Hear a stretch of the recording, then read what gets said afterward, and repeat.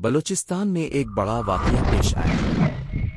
جعفر express train کو Baloch liberation army BLA نے high Jack کر لیا ہے۔ اس حملے میں 450 سے زائد مسافر یرغمال بنا لیے گئے ہیں۔ BLA نے دعویٰ کیا ہے کہ انہوں نے ریلوے ٹریک کو اڑا دیا اور مسافروں کو یرغمال بنا لیا۔ ابتدائی اطلاعات کے مطابق چند ہلاکتیں بھی ہوئی ہیں۔ یہ واقعہ بلوچستان کے دور دراز علاقے میں پیش آیا۔ ٹرین کو روک کر مسافروں کو یرغمال بنا لیا گیا۔ BLA کا کہنا ہے کہ انہوں نے خواتین، بچوں اور بزرگوں کو رہا کر دیا ہے، لیکن سیکیورٹی اہلکاروں کو ہلاک کر دیا گیا ہے۔ BLA نے ایک بیان جاری کرتے ہوئے کہا ہے کہ یہ کارروائی بلوچستان کی آزادی کے لیے کی گئی ہے۔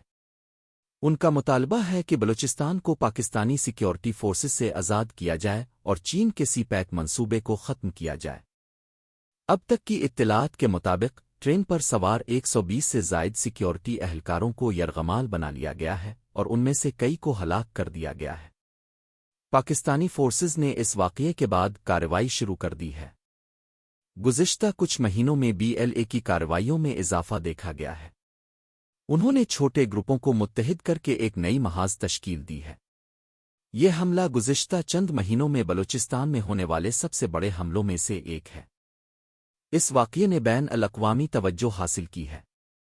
چین کے سی پیک منصوبے کے حوالے سے بھی تشویش پائی جاتی ہے، کیونکہ BLA نے اس منصوبے کی مخالفت کی ہے۔